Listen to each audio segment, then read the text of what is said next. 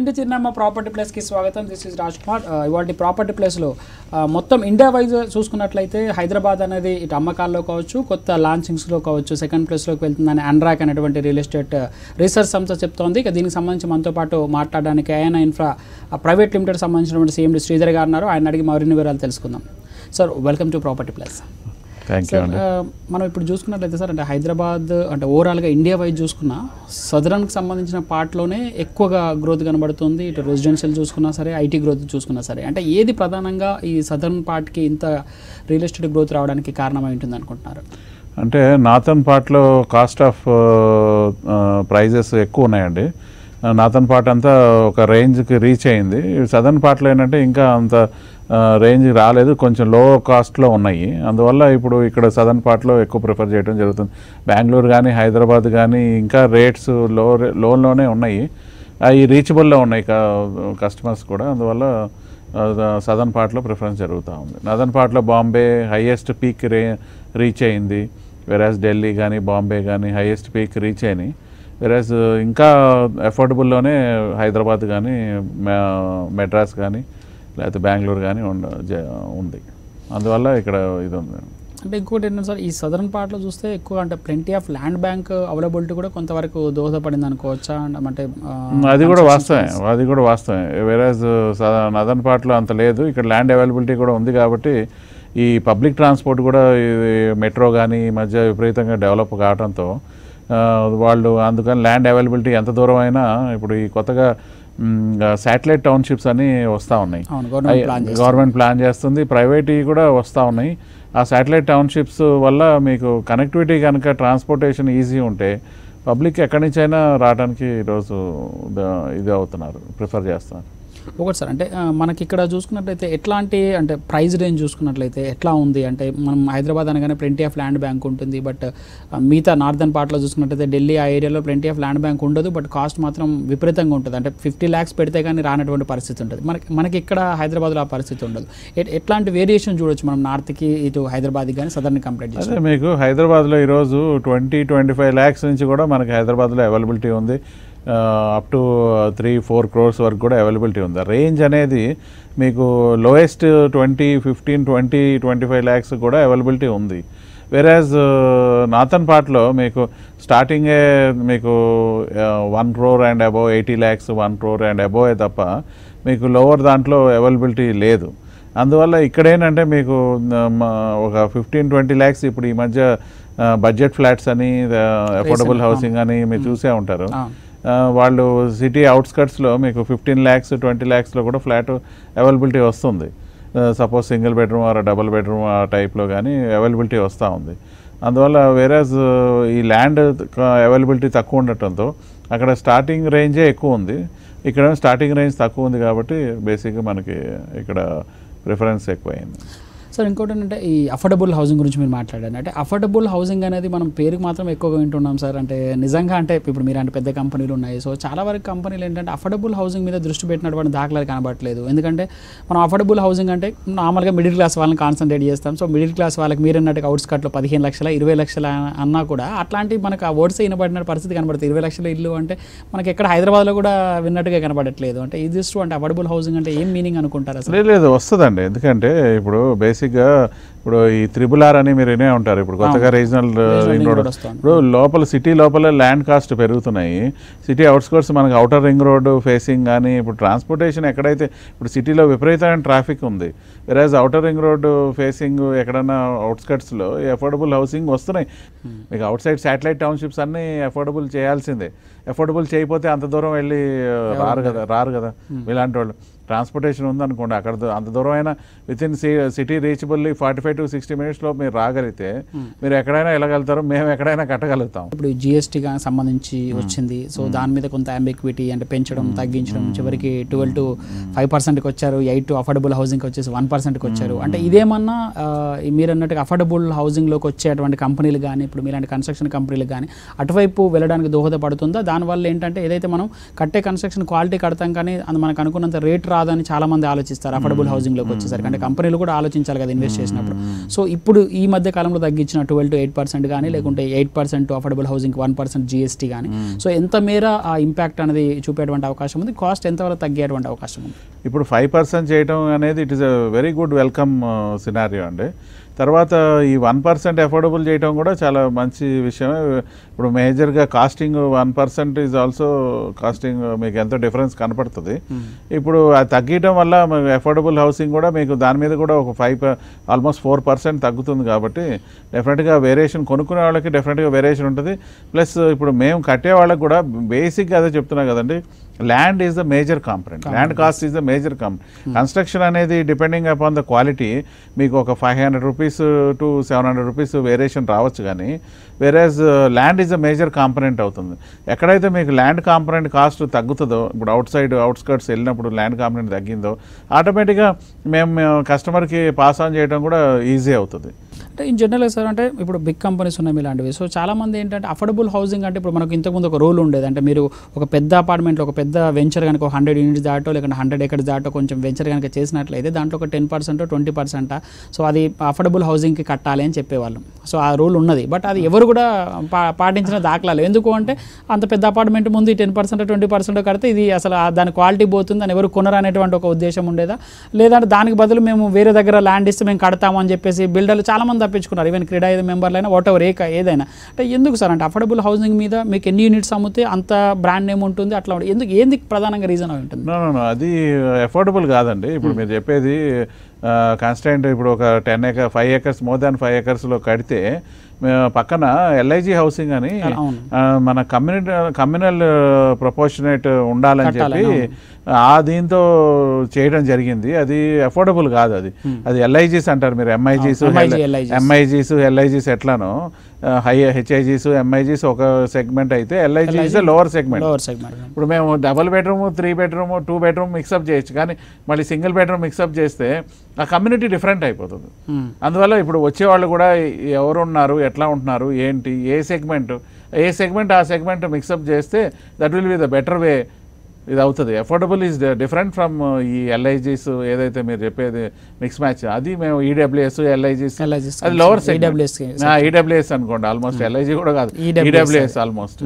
అందువల్ల ఇప్పుడు ఇది అఫోర్డబుల్ అది రాదు, అఫోర్డబుల్ MIG లెవెల్ కింద వస్తుంది. కాబట్టి డెఫినెట్గా అది ప్రిఫరబుల్ చేసే సెగ్మెంట్ డిఫరెంట్. అంటే మనకున్న ఇప్పుడున్నటువంటి హైదరాబాద్లో మీరు అన్నట్టుగా అంటే EWS పక్కన పెడితే ఆటోమేటిక్గా సెంట్రల్ గవర్నమెంట్ డబుల్ బెడ్రూమ్ కట్టిస్తుంది అనుకోండి, అది MIG కింద వచ్చే లెవెల్లో కట్టిస్తున్నారు డబుల్ బెడ్రూమ్ అంటే. సో మన హైదరాబాద్ అఫోర్డబుల్ హౌసింగ్ని డైజెస్ట్ చేసుకోగలదా? అంటే ఇక్కడ నుంచి అయినా అఫోర్డబుల్ హౌసింగ్ అంటే రియల్ ఎస్టేట్లో ఏంటంటే ఒక గ్రోత్ మనం వెస్టర్న్ పార్ట్ చూసాం సార్, వెస్టర్న్ పార్ట్ చూస్తే మొత్తం ఒకవైపే గ్రోత్ వెళ్ళిపోయినటువంటి పరిస్థితి ఉంది. ఇప్పుడు కన్సాలిడేషన్ అనేది కొంత వచ్చినట్టుగా కనబడుతుంది బికాస్ ఆఫ్ యాదగిరిగుట్ట కానీ ఇటు కరీంనగర్ అల్వాల్ అటువైపు. కానీ ఎంతవరకు అఫోర్డబుల్ హౌసింగ్ని మన హైదరాబాద్ డైజెస్ట్ చేసుకోగలుగుతుంది? అంటే మీకు కన్జ్యూమర్స్ రావాలి, ఇన్వెస్టర్స్ రావాలి అంటే సో ఎంతవరకు డైజెస్ట్ చేసుకోవాల్సినటువంటి సిచ్యువేషన్ ఉంటుంది రియాల్టర్లు కానీ అటు కన్జ్యూమర్ పాయింట్ ఆఫ్ వ్యూ కానీ? ఇప్పుడు మెట్రో వచ్చినాకండి ఇప్పుడు ఎక్కడైనా ఒకటే అయింది. వెస్ట్రన్ పార్ట్లో మీరు అన్నట్టు మేజర్ గ్రోత్ ఉంది, అయినా కానీ మెట్రో కనెక్టివిటీ వచ్చినాక ఇప్పుడు ఎనీ పార్ట్ ఈస్టర్న్ పార్ట్ కానీ అదర్ పార్ట్స్ కానీ ఆల్మోస్ట్ ఈక్వల్ అయిపోతుంది. ఎందువల్ల అంటే metro connectivity, major metro connectivity. ఈ అఫోర్డబుల్ హౌసింగ్ కూడా ఏంటంటే ఇప్పుడు చాలా ఫండింగ్, ఇంటర్నేషనల్ ఫండింగ్ మీరు కూడా వినే ఉంటారు, ప్రైవేట్ ఫండింగ్, ఈక్విటీ ఫండింగ్, చాలామంది అఫోర్డబుల్ హౌసింగ్కి చాలా ఫండింగ్స్ వస్తున్నాయి. అందువల్ల బిల్డర్స్కి కూడా ఎంకరేజ్మెంట్ ఉంది. దానివల్ల కూడా ఇప్పుడు ప్రిఫర్ చేస్తూ ఉన్నారు ఈ అఫోర్డబుల్ హౌసింగ్ చేయాలి. అఫోర్డబుల్ హౌసింగ్ ఇప్పుడు డబుల్ బెడ్రూమ్ ఫ్లాట్స్ గవర్నమెంట్ ఎన్ని ఇచ్చినా అండి యాజ్ పర్ సర్వేస్ ఇంకా రిక్వైర్మెంట్ ఉంది మన దగ్గర. అది ఇప్పుడు గవర్నమెంట్ కూడా ఏదైతే డబుల్ బెడ్రూమ్ కడుతుందో అనౌన్స్ చేస్తుందో అది అందరికీ సరిపోవు, ఇంకా రిక్వైర్మెంట్ ఉంది. అందువల్ల ఆ సర్వేస్ వల్లే ఈ అఫోర్డబుల్ డిమాండ్ పెరుగుతుందని మా ఉద్దేశం. అంటే లైక్ మీరు అన్నట్టుగా విపరీతమైనటువంటి డిమాండ్ ఉంది. అంటే నెక్స్ట్ అఫోర్డబుల్ హౌసింగ్ అనేది మేజర్ రోల్ ప్లే చేయబోతుంది టోటల్ ఓవరాల్ రియల్ ఎస్టేట్ సెక్టార్లో అనేది. ఏకంగా సెంట్రల్ గవర్నమెంట్ కూడా హౌస్ ఫర్ ఆల్ అనేది ఒక కాన్సెప్ట్లో నడుస్తుంది. So maybe next government complete కావాలి హౌస్ ఫర్ ఆల్ అనేది. సో దీనికి ఇది కావాలి అంటే ఒక బిల్డర్ కానీ ఒక కన్స్ట్రక్షన్ యాక్టివిటీ ఉన్న ఏ కంపెనీ అయినా ముందుకు రావాలి అంటే ఎట్లాంటి ఇనిషియేటివ్ గవర్నమెంట్ వైపు నుంచి కూడా రావాల్సినటువంటి అవసరం ఉంటుంది? అంటే బోత్ అంటే సెంట్రల్ గవర్నమెంట్ నుంచి కొంత ఇండస్ట్రియల్ స్టాటస్ అన్నారు, అఫోర్డబుల్ హౌసింగ్కి ఇస్తామని చెప్పారు. తర్వాత ఇక్కడ చూసినట్లయితే స్టేట్ గవర్నమెంట్లో ఎలాంటి మేజర్ హడిల్స్ ఉన్నాయి అఫోర్డబుల్ హౌసింగ్ కట్టాలనుకునేటువంటి కంపెనీస్కి? అదే మేజర్ ల్యాండ్ కంపెనీ కాంపనెంట్ అండి. నేను చెప్పినట్టు ల్యాండే ఇస్ అ మేజర్ క్రైటీరియా. అది ఏదైనా ఈ పబ్లిక్ ప్రైవేట్ పార్ట్నర్షిప్లో గవర్నమెంట్ కనుక ఇన్వైట్ చేస్తే ల్యాండ్ కాంపనెంట్ కనుక గవర్నమెంట్ ఇవ్వగలిగితే మా లాంటి వాళ్ళు బిల్డర్స్కి ఎంకరేజ్మెంట్ అవుతుంది. ప్లస్ టైటిల్ ఇష్యూస్ ఉండవు, కొనుక్కునే వాళ్ళకి టైటిల్ ఇష్యూస్ ఉండవు. మేజర్గా ఇప్పుడు ఇవన్నీ టైటిల్ ఇష్యూస్, ఇవన్నీ టైటిల్ గ్యారంటీ అనేది major issue, plus land costing అనేది మేజర్ ఇష్యూ. గవర్నమెంట్ కనుక ఈ PPP అని మీరు వినే ఉంటారు, పబ్లిక్ ప్రైవేట్ పార్ట్నర్షిప్లో కనుక ల్యాండ్ ఇవ్వగలిగితే, ల్యాండ్ ఎంకరేజ్ చేయగలిగితే, that is one of the best way. మేము ఎంతోమంది బిల్డర్స్ వచ్చి అది స్టార్ట్ చేసి చేయడానికి ఆస్కారం ఉంటుంది. ఎందుకంటే ల్యాండ్ కాస్ట్ తగ్గితే ఆటోమేటిక్గా కన్స్ట్రక్షన్ కాస్ట్ నేను చెప్పినట్టు పెద్ద వేరియేషన్ ఉండదు. కాబట్టి ఎంకరేజ్మెంట్ ఉంటుంది. అది తర్వాత మెయిన్ కనెక్టివిటీ మేజర్ కనెక్టివిటీ అండి. మన దగ్గర ఏంటంటే ఫస్ట్ బిల్డింగ్స్ అవుతాయి, తర్వాతే ఇన్ఫ్రాస్ట్రక్చర్, రోడ్స్ అవన్నీ అవుతాయి. అట్లా కాకుండా కనెక్టివిటీ కనుక స్ప్రెడ్ చేస్తే ఆటోమేటిక్గా ఇప్పుడు ఈరోజు సిటీలో చాలా రష్ అయిపోయి ప్లస్ బాగా కంజెషన్ అయిపోయి చాలామంది అవుట్స్కట్స్ ప్రిఫర్ చేస్తున్నారు. పెద్ద పెద్ద వాళ్ళే ఎకర్స్లో అపార్ట్మెంట్స్, వాళ్ళు విల్లాస్ లేకపోతే ప్లాన్ చేసి కట్టుకుంటున్నారు. ఈ మిడ్ గ్రూప్ కూడా ఇప్పుడు ఒకసారి సిటీ కంజెషన్ అయిపోయింది కాబట్టి కనెక్టివిటీ కనుక ఉంటే డెఫినెట్గా పీపుల్ కూడా బయట అవుట్ సైడ్ ఉండటానికి ప్రిఫర్ చేస్తారు. మెయిన్ ఇన్ఫ్రాస్ట్రక్చర్ మేము కోరుకునేది ఇన్ఫ్రాస్ట్రక్చర్ ఒకటి, ల్యాండ్ కాంపనెంట్ ఒకటి. ల్యాండ్ కనుక గవర్నమెంట్ ఇవ్వగలిగితే ఈ రెండు మేజర్ ఇష్యూస్ మేము మా బిల్డర్స్ రావడానికి ఆస్కారం ఉంటుంది. ప్రాపర్టీ ప్లస్లో షార్ట్ బ్రేక్ తీసుకుందాం. బ్రేక్ తర్వాత అఫోర్డబుల్ హౌసింగ్ సంబంధించి తెలుసుకుందాం. Welcome back to property plus. Right sir, ఒకటి ఈ మధ్యకాలంలో అంటే మనం రెరా చూసాం. సో రెరాకి సంబంధించి ఎంత అవేర్నెస్ ఇచ్చినా 6 సార్లు ఎక్స్టెండ్ చేశారు తెలంగాణ గవర్నమెంట్. ఇప్పటికీ చాలా ప్రాజెక్టులు రిజిస్ట్రేషన్ చేయడానికి ముందుకు రావట్లేదు. సో ఎందుకు ముందుకు రావట్లేదు అంటే జెన్యూనిటీ ఉంది, ఇటు కన్జ్యూమర్ పాయింట్ ఆఫ్ వ్యూ కాదు, ఇటు బిల్డర్స్ పాయింట్ ఆఫ్ వ్యూలో కూడా ఒక అకౌంటబిలిటీ అనేది ఉంటుంది. సో ఎందుకు అంటే రెరా రిజిస్ట్రేషన్స్కి ముందుకు రావట్లేదు అంటే ఏం చెప్తారు? అదేనండి, ఇంకా అవేర్నెస్ రావాలి చాలామందికి. అదేదో రెరా అంటే అదేదో డిజిగ్నేషన్, దానివల్ల బిల్డర్ ఇదే అయిపోతాడు, జైలు శిక్ష అనేది ఉంటుందండి. ప్రతి దాంట్లో, ప్రతి బిజినెస్లో మన కొంత హిట్స్ అండ్ బట్స్ ఉంటాయి. మెయిన్ బేసిక్గా అది రెరా అనేది ఇంకా అవేర్నెస్ రావాలి. అవుతున్నాయి, రిజిస్ట్రేషన్స్ అవుతున్నాయి. మేము కూడా మొన్న క్రడే ప్రాపర్టీ షో జరిగింది, దాంట్లో కూడా ఆయన వచ్చారు, చైర్మన్ వచ్చారు, ఆయన కూడా చెప్పారు చాలా వరకు అవుతున్నాయి. బట్ మిగతాయి కూడా ఇప్పుడు ఎనీథింగ్ కొత్తది ఇన్వెంట్ చేసినప్పుడు పబ్లిక్ ఇంకా దాన్ని అక్వైంట్ కావడానికి కొంచెం టైం పడుతుంది. But at the same time it will be stream line అనుకుంటున్నాను తొందరలో. ఈ ఏప్రిల్ నుంచి ఈ కొత్త తగ్గించినటువంటి జిఎస్టీ అమల్లోకి రాబోతోంది. అంటే కన్స్ట్రక్షన్ చేస్తున్నటువంటి ప్రాజెక్టులు కూడా ఇంతకుముందు కన్స్ట్రక్షన్ అయిపోయిన తర్వాత మాత్రమే అవైలబిలిటీ అంటే జిఎస్టీకి సంబంధించి ఎగ్జామ్షన్స్ ఉండేవి. ఇప్పుడు రైట్ నౌ కన్స్ట్రక్ట్ అవుతున్న వాటి కూడా ఏప్రిల్ 1 నుంచి ఈ కొత్త తగ్గింపులు అంటే 12 to 5% ఇచ్చారు. సో దానివల్ల ప్రైజెస్ ఏమైనా తగ్గేటువంటి అవకాశం ఉందా? లేకపోతే ఇంకొక ప్రాబ్లం ఎక్కడంటే ఇన్పుట్ క్రెడిట్కి వచ్చేసరికి అక్కడ పెద్ద డిఫరెన్స్ లేదు. స్టాండర్డ్గా 7% ఇన్పుట్ క్రెడిట్ మాత్రం దాన్ని ఫిక్స్ చేశారు. ఇంతకుముందు లేకుండేది 7% అని, దాన్ని ఫిక్స్ చేశారు. ఇక్కడ చూస్తేనేమో 12 to 5% తగ్గించామని చెప్తున్నారు. దానివల్ల పెద్దగా కన్జ్యూమర్ ఒరిగేది ఏముండదు, బిల్డర్ కూడా పెద్దగా ఒరిగేది ఏముండదు. ఎందుకంటే ఇన్పుట్ క్రెడిట్ ఎక్కడి నుంచి వస్తుంది అనేది ఆ 7% ఫిక్స్ చేశారు కాబట్టి డిఫరెన్స్ ఉండదు అంటున్నారు. Is it true sir? ఇప్పుడు ఈ 12% నుంచి 5% వచ్చినాక ఇప్పుడు పాత ఈ ఎట్లా చేయాలి ఏంటనేది ఇంకొంచెం క్లారిటీ రావాల్సి ఉంది. డెఫినెట్గా it is an encourageable thing అండి కస్టమర్కి. కానీ ఇప్పుడు 7% వేరియేషన్ ఈజ్ అనేది ఒక బిగ్ వేరియేషన్. ఎన్రోల్ 12% చాలా హయ్యర్ సైడ్. 5% అనేది చాలా ఎంకరేజబుల్ థింగ్ అండి. వాళ్ళకి ఎంకరేజింగ్, మాకు ఎంకరేజింగ్.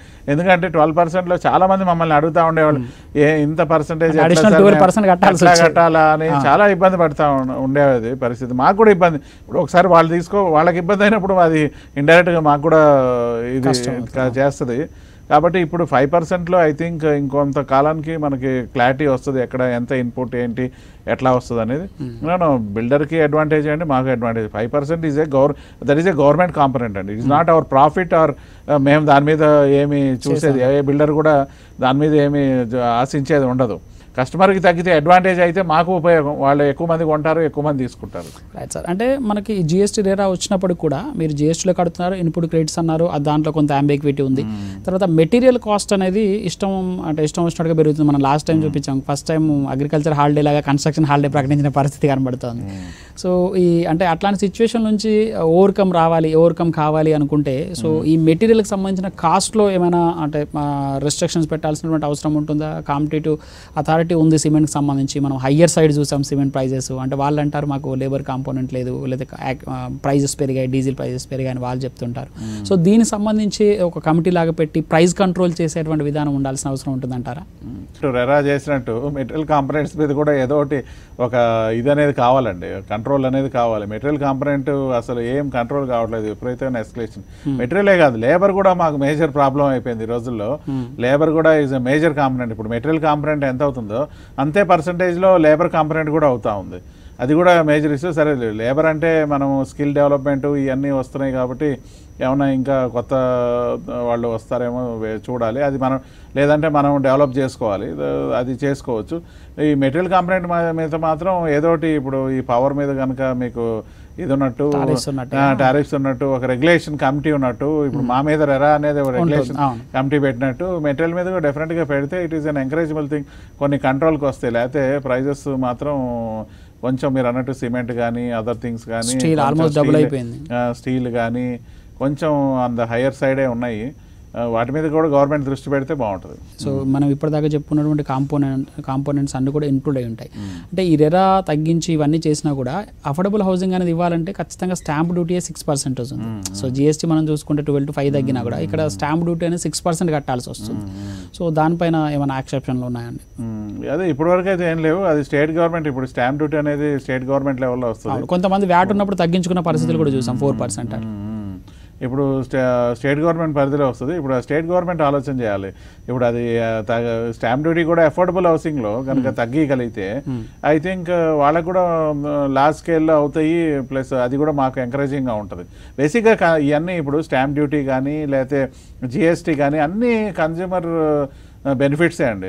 అది గవర్నమెంట్ ఎంత ఎంకరేజ్ చేసింది అనుకోండి, తగ్గిస్తే ఆటోమేటిక్గా అఫోర్డబుల్ హౌసింగ్ కూడా మీరు అన్నట్టు అది కూడా 1% 2% తేగలిగితే డెఫినెట్గా చాలామంది బిల్డర్స్ వస్తారు, కస్టమర్ కొనేవాళ్ళు అడుగుతారు, ఆటోమేటిక్గా బిల్డర్ కూడా ఎంకరేజ్మెంట్ ఉంటుంది. మీరు అన్నట్టు అది కూడా గవర్నమెంట్ స్టేట్ గవర్నమెంట్స్ తగ్గిస్తే that is also a good sign అండి.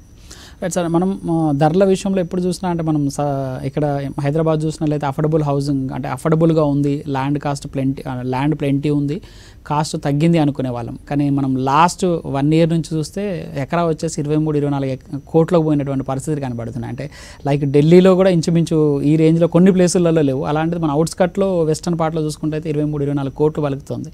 సో ఎట్లాంటి డేంజర్ బెల్స్ మోగిస్తుంది అనుకుంటున్నారా, లేకుంటే ఏదైనా సిగ్నల్ ఇస్తుంది అనుకుంటున్నారా? ఎందుకంటే మనం అఫోర్డబుల్ హౌసింగ్ గురించి ఇంతదాకా మాట్లాడాం, బట్ ల్యాండ్ కాస్ట్ కాంపోనెంట్ పెరిగితే గవర్నమెంట్ అమ్మిన ల్యాండే 24 కోట్లు పలుకుతుంది అంటే, సో ఇక ప్రైవేట్ మార్కెట్లోకి వస్తే ఎట్లాంటి సిచ్యువేషన్ ఉండబోతోంది? అదేనండి, ఇప్పుడు ఆ ప్రైజెస్లో మేము అఫోర్డబుల్ చేయలేము. వెస్ట్రన్ పార్ట్లో మీరు అన్నట్టు ఎక్కువ కూడా అంతా కమర్షియల్, ఈ ఐటీ స్పేసెస్ డెవలప్ అవుతుంది. కానీ ప్లస్ ఈ మీరు చెప్పే వాల్యూస్లో మేము రెసిడెన్షియల్ చేసి అఫోర్డబుల్ చేయాలంటే కుదరదు. ఇప్పుడు అదర్ పార్ట్స్లో ఈ అఫోర్డబుల్ అనేది అదే నేను చెప్తున్నా కదా, కనెక్టివిటీ పెరిగి ఈ ఓఆర్ఆర్ కానీ ఇప్పుడు రీజనల్ రింగ్ రోడ్ అని కొత్తగా అనౌన్స్ చేస్తున్నారు. అటువంటి ప్లేసెస్లో కనెక్టివిటీ పెరిగి ల్యాండ్ కాస్ట్ ఎక్కడైతే తక్కువ ఉందో అక్కడ చేయగలుగుతాం. కానీ ఇప్పుడు ఈ అదర్ ప్లేసెస్ ఈ అన్నీ కూడా ఐటీ స్పేసెస్ బాగా డిమాండ్ పెరిగినాయండి. అందువల్ల ఐటీ స్పేసెస్ గురించి అంత కాస్టింగ్ పెట్టి వాళ్ళు కమర్షియల్ పాయింట్ ఆఫ్ వ్యూలో చేస్తున్నారు. దట్ ఈజ్ నాట్ మీరు మనం భయపడాల్సిన అవసరం లేదు. బట్ డెఫినెట్గా ఆ కమర్షియల్ స్పేసెస్కి కూడా మంచి డిమాండ్ అవుతుంది. ఎప్పుడైతే కమర్షియల్ స్పేస్ వస్తుందో అది ఇండైరెక్ట్గా రెసిడెన్షియల్ మీద పడుతుంది. It is definitely an encouraging thing. దానికి అంత ఇదవలసిన పని ఏం లేదు. సో ఎంప్లాయబిలిటీకి ప్లస్ రియాలిటీకి రెసిడెన్షియల్కి బాగా అవినాభావ సంబంధం ఉంటుంది. మనం అంటే ఐటీ కంపెనీలదే ఎక్కువ చూస్తున్నాం. సో ఐటీ కంపెనీలు పెరగడం వల్ల ఏంటంటే కాస్ట్ ఆఫ్ లివింగ్ కూడా పెరుగుతుంది, ఆటోమేటిక్గా ప్రాపర్టీస్ ధరలు కూడా విపరీతంగా పెరిగిపోతున్నటువంటి పరిస్థితి కనబడుతుంది. సో ఎట్లాంటి ఇండస్ట్రియలైజేషన్ సంబంధించి కానీ ఎలాంటి ఇనిషియేటివ్ తీసుకోవాల్సినటువంటి అవసరం ఉంటుందంటే ఎంప్లాయబిలిటీ అనేది మిడిల్ క్లాస్ సంబంధించినటువంటి ఎంప్లాయబిలిటీ అనేది పెంచాల్సినటువంటి అవసరం ఉందా? సో దానివల్ల ఇంకొక కోణాన్ని రియల్ ఎస్టేట్ రంగంలో ఇంకొక కోణాన్ని చూసేటువంటి అవకాశం ఉంటుందా? డెఫినెట్గా అండి. ఇప్పుడు ఈ ఐటీలో మేజర్గా ఇప్పుడు మీకు ఇంజనీరింగ్ చదివి అయిపోగానే అందరూ ఇప్పుడు మన దగ్గర ఉన్నది ఏంటంటే మేజర్గా డిమాండ్ ఏంటంటే ఐటీ. చాలామంది క్రేజ్ ఏంటంటే ఐటీలోకి పోవాలి. ఎందుకంటే అదర్ ఇండస్ట్రీస్ కానీ ఇంకా అంత మన దగ్గర అంత ఎంప్లాయ్మెంట్ కానీ క్రియేట్ కావట్లేదు. అంటే మన ఫార్మా సెక్టార్లో క్యాపిటల్ నెంబర్ 1 ఉన్నాం ఇండియా వైజ్ చూస్తే. ఐటీ సెక్టార్కి వచ్చేసరికి ఐటీ సెక్టార్ మీద డిపెండ్ అయ్యి ఇంత రియల్ ఎస్టేట్ పెరిగినటువంటి పరిస్థితి ఫార్మా సెక్టార్ అన్నప్పుడు. అంటే ఆల్టర్నేటివ్ ఎంప్లాయబిలిటీ అనేది గవర్నమెంట్ కూడా క్రియేట్ చేయాల్సినటువంటి అవసరం ఉండదా? డెఫినెట్గా ఉంటుంది. అదే నేను చెప్తున్నా, ఫార్మా కానీ లేకపోతే ఇప్పుడు ఈ industries small scale SSI industries కానీ వాటి డెవలప్మెంట్ కూడా చూడాలి. ఓన్లీ ఐటీ మీద మనము డిపెండ్ అయ్యే కన్నా అదర్ పార్ట్స్ కూడా గవర్నమెంట్ కనుక వాళ్ళకు కూడా సపోర్ట్ చేసి వాళ్ళకు కూడా ఇన్సెంటివ్స్ ఇచ్చి చేయగలిగితే డెఫినెట్గా ఏమవుతుందంటే రేపు నాడు మనం ఐటీ కొంచెం సప్రెస్ అయినా వేరే అదర్ పార్ట్స్ నుంచి అట్రాక్ట్ అయ్యేదానికి చాలా ఛాన్స్ ఉంది. ఇప్పుడు ఐటీయే కాదండి, ఇప్పుడు నేనేది ఐటీతో పాటు ఇండైరెక్ట్గా ఎన్నో ట్రాన్స్పోర్టేషన్ కానీ లేకపోతే అదర్ థింగ్స్లో కానీ చాలా పెరిగింది. ఒక కన్స్ట్రక్షన్ ఇండస్ట్రీ ఐటీ కంటే మోర్ దాన్ కన్స్ట్రక్షన్ మీరు చూసుంటారు, ఎక్విప్మెంట్ ఉందండి. ఎక్విప్మెంట్ ఉందంటే దాంట్లో కూడా ఎంతో మంది ఎక్విప్మెంట్లో పనిచేసే వాళ్ళు ఉన్నారు, ఎక్విప్మెంట్ సర్వీస్ చేసేవాళ్ళు ఉన్నారు, ఎక్విప్మెంట్ ఎంప్లాయీస్ ఉన్నారు. అట్లా కన్స్ట్రక్షన్ ఉంది. ఇప్పుడు different segments, this totally A cycle. ఇప్పుడు అది ఒకటే పెట్టుకోవడానికి లేదు, దానికి కూడా ఫెసిలిటేట్ చేయాలి కదండి. ఐటీకి కూడా బిల్డింగ్స్ కావాలి, ఇన్ఫ్రాస్ట్రక్చర్ కావాలి, అదర్ థింగ్స్ ఎన్నో ఉన్నాయి కదా. దాంతోపాటు ఈ ఫుడ్ అండ్ బెవరేజ్ కావాలి, వీటికి మళ్ళీ ఇండైరెక్ట్గా ఈరోజు ఓవరాల్గా ఏంటంటే అండి ఒక మన లైఫ్ స్టైల్ పెరిగింది, కాస్ట్ ఆఫ్ లైఫ్ స్టైల్ పెరిగింది, దాంతో ఇవన్నీ అవైలబిలిటీస్ కూడా పెరిగినాయి. ఇక ఫైనల్గా చెప్పండి సార్, అంటే మనం అఫోర్డబుల్ హౌసింగ్ అనుకుంటే ఎంత రేంజ్ నుంచి ఎంత రేంజ్ వరకు ధరలు ఉండే అటువంటి అవకాశం ఉంది? ఇప్పుడు సిటీలో చూసుకున్నట్లయితే ఎంత రేంజ్ వరకు, అంటే మనం స్క్వేర్ ఫుట్ చూసుకుంటే అంటే రెసిడెన్షియల్ చెప్తోంది, ఎంత వరకు పెరిగినటువంటి పరిస్థితి కనబడుతుంది లాస్ట్ ఇయర్తో కంపేర్ చేస్తే? ఇప్పుడు అఫోర్డబుల్ అయితే 15 to 20 lakhs, 25 lakhs is an affordable range అండి. జనరల్గా 15 to 25 lakhs. వేరేజ్ సిటీలో కూడా అఫోర్డబుల్ ఇప్పుడు వస్తూ ఉంది, ఇంకా కంప్లీట్గా రాలేదు. బట్ నేనేది రాబోయే రోజుల్లో దానికే మొత్తం పెద్ద వాళ్ళు కూడా మేము కూడా చూసేది ల్యాండ్ కాంపనెంట్ తక్కువ ఉంటే కనుక తక్కువ ఉన్న చోట ఎక్కువ బిజినెస్, సైజ్ ఆఫ్ బిజినెస్ చేయగలిగేది కూడా అఫోర్డబుల్ హౌసింగ్ అండి. ఎంత రేంజ్లో పెరిగేటువంటి అవకాశం ఉంది సార్? పర్సెంటేజ్ చూసుకున్నా లేకుంటే ఒకప్పుడు మనకు 4,500, 5,000, 5,500 మధ్యలో ఉండేది స్క్వేర్ ఫుట్, కాస్త ఇప్పుడు 10,000 కూడా దాకిందని వింటున్నాను రియల్ ఎస్టేట్ సంబంధించి రెసిడెన్షియల్. ఎందుకు అంత ట్రెమండస్ గ్రోత్ ఉండడానికి ఏంటి కారణం అయి ఉంటుంది? అంటే ఇన్ఫ్రాస్ట్రక్చర్ పరంగా ఫెసిలిటీస్ ఏమైనా పెరిగాయా, లేకపోతే పీపుల్ కూడా ఇన్వెస్ట్ చేసే వాళ్ళు కూడా అలాంటి లగ్జరీ ఎమ్యూనిటీస్ కోరుకోవడం వల్ల ఇంత కాస్ట్ పెరిగిందంటారా? ఇప్పుడు లగ్జరీ కొన్ని చోట్లేనండి, అన్ని చోట్ల లేదు. కొన్ని చోట్లే 10,000 రూపీస్ మీరు అనేది అనౌన్స్ చేయడం జరిగింది. కొంత దానికి కూడా డిమాండ్ ఉంది. లగ్జరీ సెగ్మెంట్లో కూడా ఈ రోజుల్లో చాలామంది ఇండిపెండెంట్ హౌసెస్ వదిలేసి దాంట్లో అన్ని ఫెసిలిటీస్ ఉండి గేటెడ్ కమ్యూనిటీస్ ప్లస్ దాంట్లో ఫెసిలిటీస్ అన్నీ వాటితో మెయింటెనెన్స్ ఈజీగా ఉంటుంది అని చెప్పి చాలామంది హైయర్ సెగ్మెంట్లో కూడా దే ఆర్ ప్రిఫరింగ్ విల్లాస్ కన్నా అపార్ట్మెంట్స్ మీరు చెప్పే 10,000 రేంజ్లో ప్రిఫర్ చేయడం జరుగుతుంది. అందువల్ల దానికి డిమాండ్ ఉంది ఒక సైడ్. అఫోర్డబుల్ వచ్చేసరికి ఏంటంటే ఈ ల్యాండ్ కాస్ట్లో మనకి ల్యాండ్ కాస్ట్ ఎక్కడైతే తక్కువ ఉంటుందో అక్కడే మనం ఈజీ చేయగలుగుతాం. అది పెరగటం కూడా నాకు తెలిసి నేను అనుకోవడం డెఫినెట్గా 50 to 75% ఉంటుందని అనుకుంటున్నాను రాబోయే రోజులు. Sir thank you sir. So ఇది ఇవాళ ప్రాపర్టీ ప్లేస్. అంటే ముందు అఫోర్డబుల్ హౌసింగ్కే ఇప్పటిదాకా కాస్ట్లీ, తర్వాత బాగా విపరీతంగా పెరిగిపోయాయి రియాలిటీ ధరలు, హౌస్ల ధరలు అని అనుకున్నాం. బట్ నెక్స్ట్ అంతా కూడా అఫోర్డబుల్ హౌసింగ్కే పెద్దపీట వేసేటువంటి అవకాశం కనబడుతోంది. ఇది ఇవాళ ప్రాపర్టీ ప్లేస్. స్టేట్ ఇంటూ సాక్షి.